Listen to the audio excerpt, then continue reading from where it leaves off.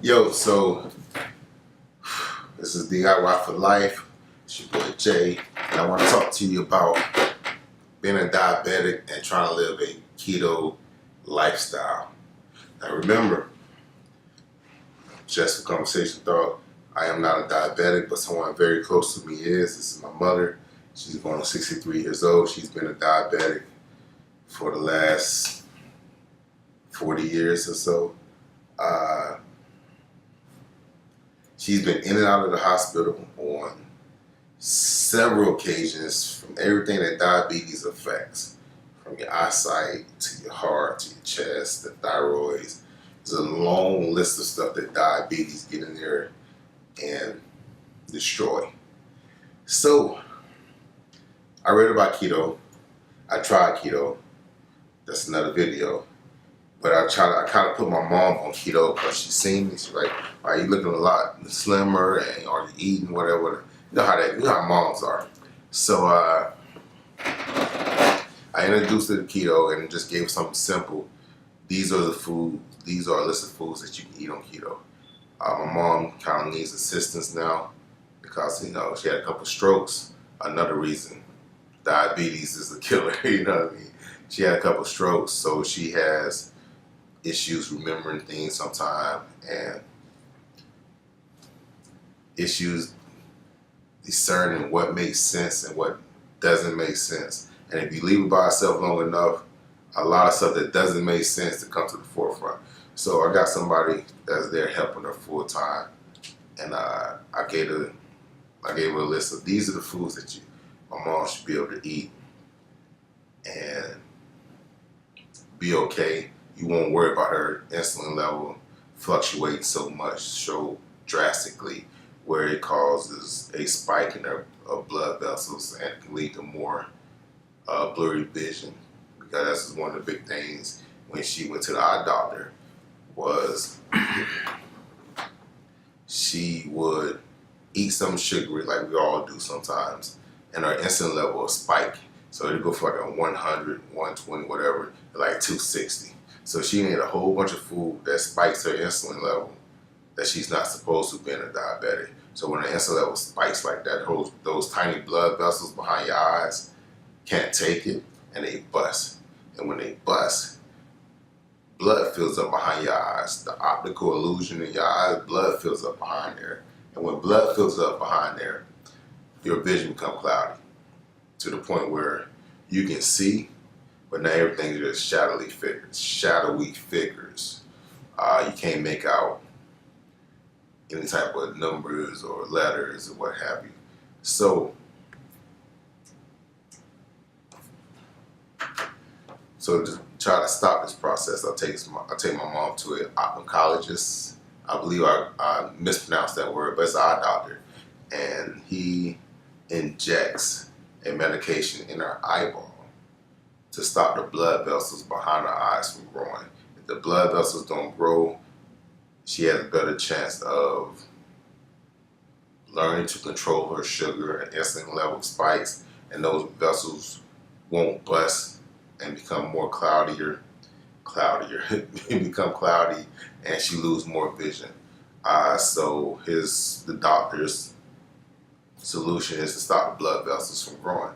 So long story short, she's been on keto for about a week now, and it's just they call it a dirty keto. But she's been on a keto for like a week now. She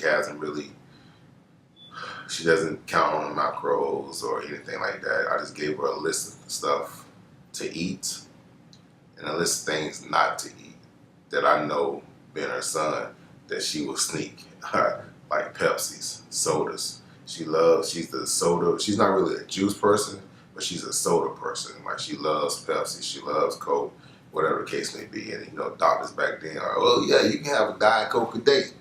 That's it though. No more than one Diet Coke a day.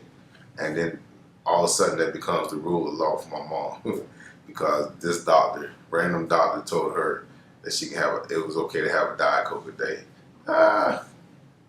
But I took the foods that she liked, and all right, this is what you can eat. This is the only thing that you can eat. Just stick with it for a couple of weeks, and you'll see, and you'll feel a lot better, and you'll move around a lot better, and maybe gradually you can start to get back the person you were before the strokes and the vision and all that. Maybe we can slowly start to get those back. So she's been on it about 4 or 5 days, and Miss Kathy, the person who helps my mom, she says she's moving a lot better. She's communicating better, and everything's good. I'm like, yes. So I get a call this morning, and she said, "Your mom," is a text message. "Your mom's not doing too good.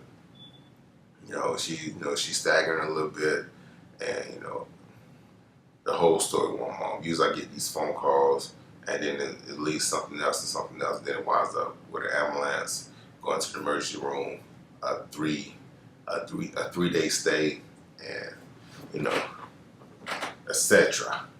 But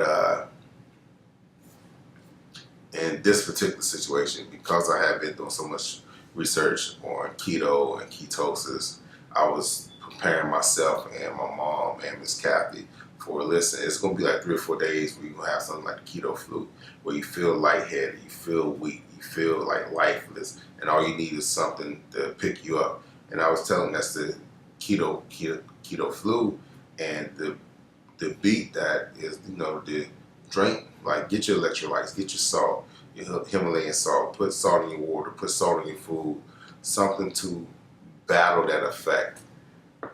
So I'm giving that speech to my mom, giving that speech to Miss Kathy, and I'm like, yeah, this is what you got to do.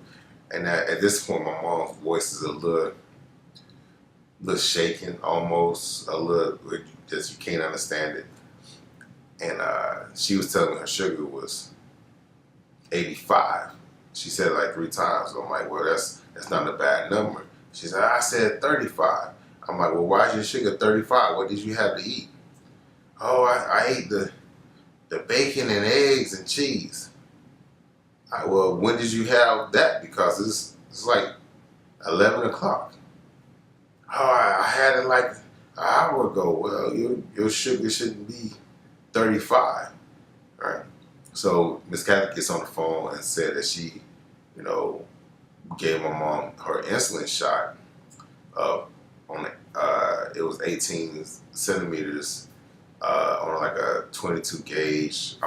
This terminology is all off, so don't confuse me. I just know how to do it. I don't necessarily know the right terminology for it.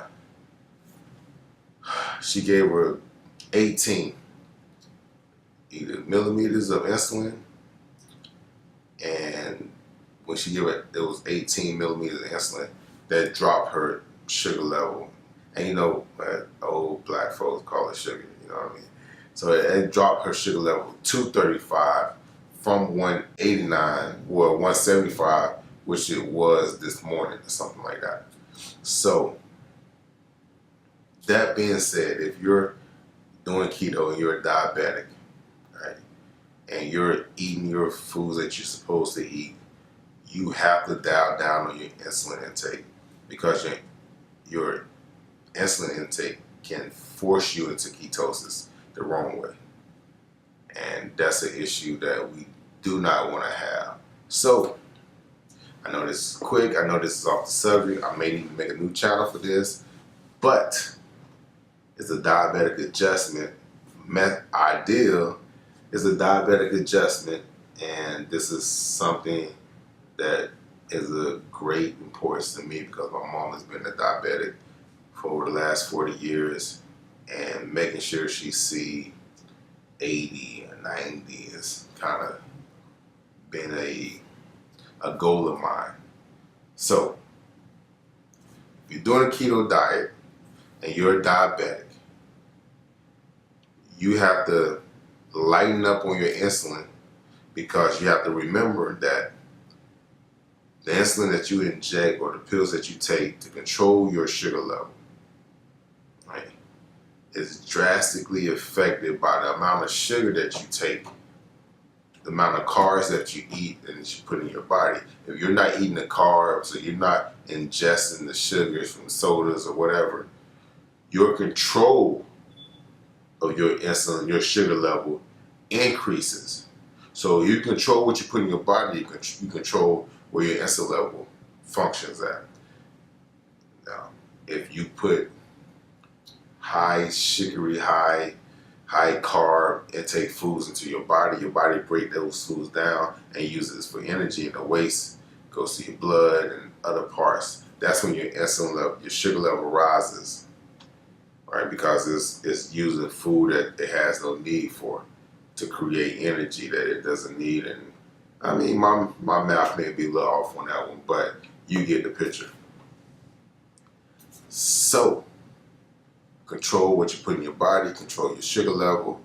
When you control your sugar level, the amount of insulin you need to assist you in controlling your sugar level decreases. If you stay on the same regimen of insulin, your insulin shot, if you're taking a pen and it's 22 or it's 20 cc's or milliliters or whatever you want to, cc's is the active word. If it's 20 cc's of insulin and you're on a keto diet and you're almost in ketosis, that can drastically lower your insulin, your sugar level, where you can't function normally and properly. You could go into a diabetic coma.